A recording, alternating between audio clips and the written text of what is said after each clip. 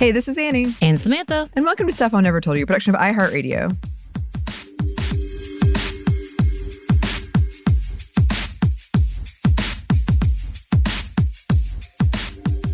Yes, and welcome to February, the month I have the most problems saying. Yeah. Even with it being a leap year, the shortest one of the year that was obviously allotted as Black History Month. And yes, that's racist. We're calling that out as it is, as we do every year. So there you go. But moving on, we do love celebrating activists in the Black community and do so all year long. But also, we love making sure to fully celebrate this month as it has been set aside, designated to highlight and give flowers to those in the Black community. So, of course, we're not going to waver from that. So today, we are talking about activist Paris Hatcher. And Hatcher is a fierce activist and human rights advocate. She has worked for years advocating for the rights for the Black and queer communities, as well as, obviously, feminist communities, and has led and founded different organizations throughout her life. Here's a bit about her from the womensmarch.com site, where she is serving as a part of the board of directors. Paris Hatcher is a Black queer feminist in love with the South.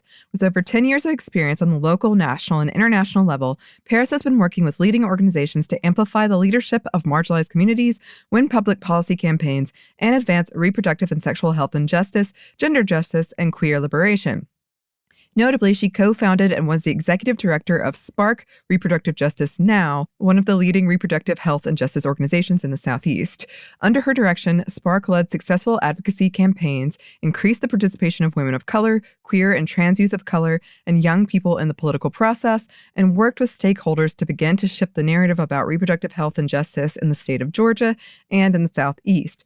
She completed her Master's of Arts in Africana Women's Studies at Clark Atlanta University with a research focus on Caribbean women's activism and social movements. Yeah, and another one of those organizations, along with Spark, include Black Feminist Future, which was founded in 2014, or BFF.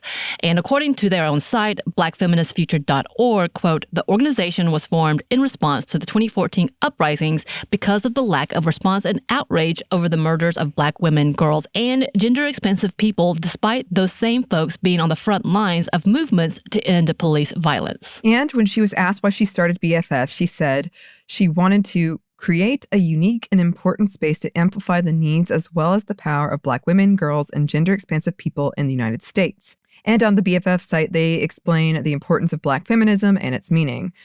Quote, BFF defines Black feminism as an ideology or belief system that explains how power and systems of oppression are both interconnected and systemic and provides us with a blueprint for our individual and collective liberation.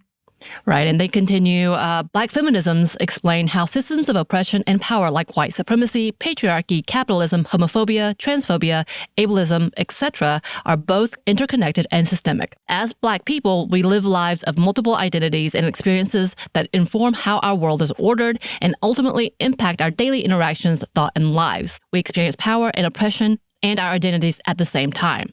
This also applies to how we experience our identity as Black people. Black feminisms helps us understand that we do not experience our identities singularly. The identities we hold are interconnected in the same way these systems are. For this reason, as Black feminists, know that in order to win, we cannot prioritize one system or identity over another, but instead use an intersectional or a Black feminist approach in our fights for freedom. With this in mind, as Black feminists, we believe it is essential that we examine our personal lives as well as the roots of these systems in order to understand how power and oppression work. Black feminisms take shape in many forms. Hence, we say Black feminisms. The work of Black feminists is global, intersectional, Pan-African, anti-capitalist, radical, socialist, Afrofuturist, and so much more. It is a legacy of liberation work that has come before us and that we continue. And then they go on and say, we invite you to use our definition of Black feminisms as a starting point for your exploration into advancing Black feminism as the blueprint to our collective liberation. Black feminisms is a way to analyze systems of power, especially impacting those of us marginalized by race, gender, class, sexuality, ability, and beyond. This means we do not look at these systems as isolated, but instead interrogate how they all weave together into a larger picture. And y'all, this is a great example of what we mean about intersectional. Right. Yes. And they have been working with these principles and ideals since the beginning of the founding of the organization. They have worked on the issue of abortion, voting, and collapsing the patriarchy. Hatcher has been working intensely in reproductive rights advocacy as well. As we mentioned earlier, she helped found and was executive director of Spark Reproductive Justice Now. When she announced her decision to step down, she talked about what they were able to accomplish during her time as executive director. And some of those things include led a campaign to end the practice of shackling pregnant, incarcerated women in Georgia, led a proactive national cultural shift around the issue of race, gender, and mass incarceration, implemented innovative programming like Legislate This, the Fire Media Camp, and Ignite 2012, the first LGBTQ youth of color convening in the Southern region, anchored 2 national movement building initiatives, Trust Black Women and the Third Wave Network, and interjected a gender and queer liberation framework. All right. So she's done a lot, and this is just 2 of the organizations we highlighted that she founded and have done a lot for. Of course, us as Georgians are very grateful for what she has done, and it still continues to do because obviously after the Roe v. Wade overturning, she has been very loud and vocal about the need to fight for reproductive justice. Move to End Violence also did a profile on her, and when she was asked what brings her to this work, she said, "I have just always felt really called. When I was young, I wanted to make a difference. I think for me, what stands out as a really big moment in my life is when I learned about the sit-ins that happened in Greensboro by young people, by the young students in the Greensboro 4. I learned about them when I was 9 years old. I entered an essay contest about their legacy because by the time it was 1990, it was 30 years since that sit-in, and I just was so amazed that you could do something like that to change the world." And then she kind of goes on to talk about the love of her people. "I think of just deep, deep, deep, abiding love of my people and of what has been possible. I think about the legacy of this work and what it has meant for people to just feel called. It does feel like a calling. When people feel like that around different types of calling, it feels definitely like a calling. It's not a job. It's not work anymore."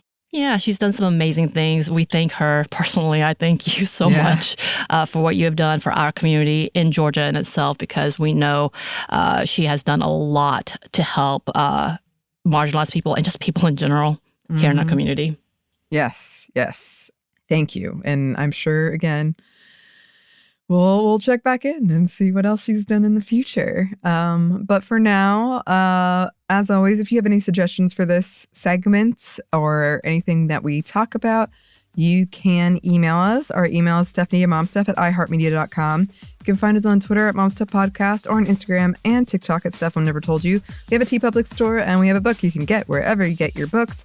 Thanks as always to our super producer Christina, our executive producer Maya, and our contributor Joey. Thank you. And thanks to you for listening. Steph Never Told You is a production of iHeartRadio. For more podcasts from iHeartRadio, you can check out the iHeartRadio app, Apple Podcasts, or wherever you listen to your favorite shows.